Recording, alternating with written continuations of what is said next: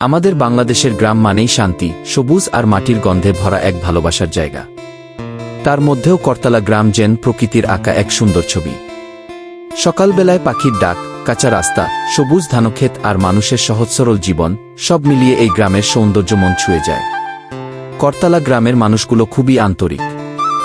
এখানে এখনও একে অপরের সুখ দুঃখে পাশে দাঁড়ানোর সুন্দর সংস্কৃতি আছে।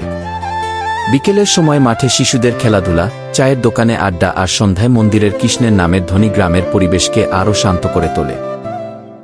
শহরের ব্যস্ততা আর কোলাহল থেকে দূরে করতলা গ্রাম যেন এক টুকরো প্রশান্তি। এখানে এলে মনে হয় প্রকৃতির কাছাকাছি চলে এসেছি। গ্রামের প্রতিটি রাস্তা, গাছ আর মানুষের হাসির মাঝে লুকিয়ে আছে এক অন্যরকম ভালোবাসা। গ্রাম শুধু একটি জায়গা নয়, এটা হলো শেকড়ের টান আর শান্তির আরেক নাম, আর সেই শান্তির নাম করতলা গ্রামকে। বিকেলের সময় গ্রামের মাঠগুলো হয়ে ওঠে প্রাণবন্ত।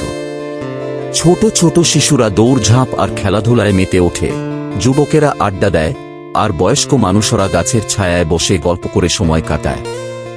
চায়ের দোকানের ছোট্ট বেঞ্চে বসে গ্রামের মানুষদের হাসি আড্ডা যেন গ্রামের প্রাণ। সন্ধ্যা নামার সাথে সাথে চারপাশে এক অন্যরকম শান্ত পরিবেশ তৈরি হয়। মন্দির থেকে ভেসে আসে কৃষ্ণের নাম, কোথাও শোনা যায় প্রার্থনার ধ্বনি, আবার কোথাও পরিবারের সবাই একসাথে বসে গল্প করছে। এই সরল জীবনযাপনই যেন গ্রামের আসল সৌন্দর্য। বর্ষাকালে করতলা গ্রামের রূপ হয়ে ওঠে আরও মোহনীয়।